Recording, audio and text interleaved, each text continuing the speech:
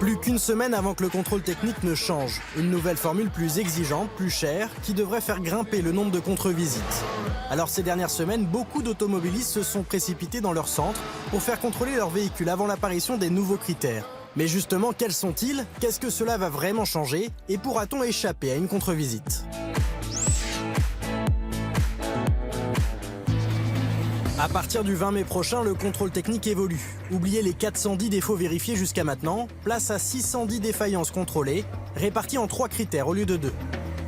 Pas de changement pour les défaillances mineures, comme un panneau de carrosserie endommagé sans risque de blessure. Vous pourrez continuer à rouler.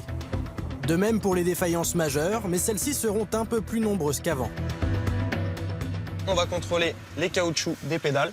Il y aura 2 constatations possibles, défaillance mineure ou défaillance majeure. Si par exemple le caoutchouc de la pédale est altéré ou s'il se désintègre directement. On a également les défauts qui avant n'étaient pas soumis à contre-visite en ce qui concerne les voyants ABS, les voyants airbag. Donc là, avec la nouvelle réglementation, ce sera soumis à contre-visite. Parmi les défaillances majeures, des feux anti-brouillard déréglés. Surprenant car la majorité des véhicules qui en sont équipés ne permettent pas de les régler. Mais le grand changement, c'est l'apparition de défaillances critiques comme la fixation de la roue de secours. Si celle-ci menace de tomber directement et qu'elle représente un danger pour les occupants de la voie publique, il faut savoir que ce défaut sera soumis à contre-visite en état critique. Dans ce cas, votre véhicule sera immobilisé à minuit le jour du contrôle technique. Les réparations et la contre-visite devront être effectuées dans les 2 mois. En continuant à rouler, vous risquerez un PV de 135 €.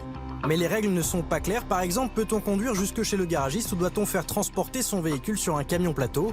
Les centres techniques se veulent rassurants. Selon eux, seulement 3% des véhicules seront concernés par une défaillance critique.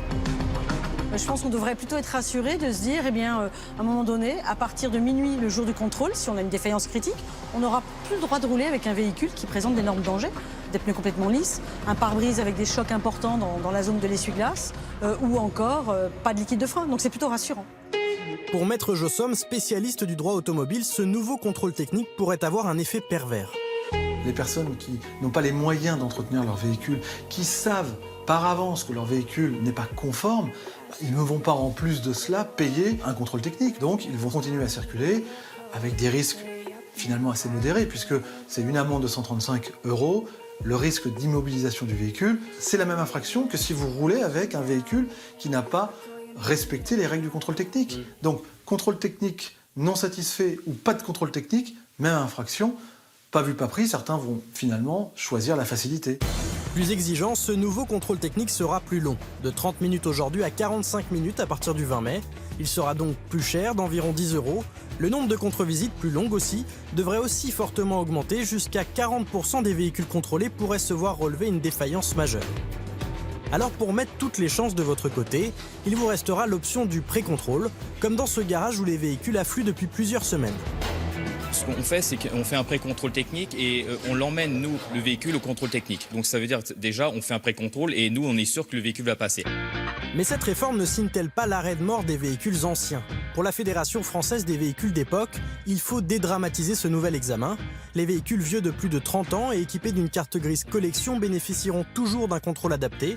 Pour les autres, la Fédération mise sur la compréhension des contrôleurs. La problématique des youngtimers se pose parce qu'il peut y avoir des problèmes de surentrement d'huile sur une 205 GTI qui n'a pas encore 30 ans ou sur certaines autos qui ont entre 15 et 20 ans.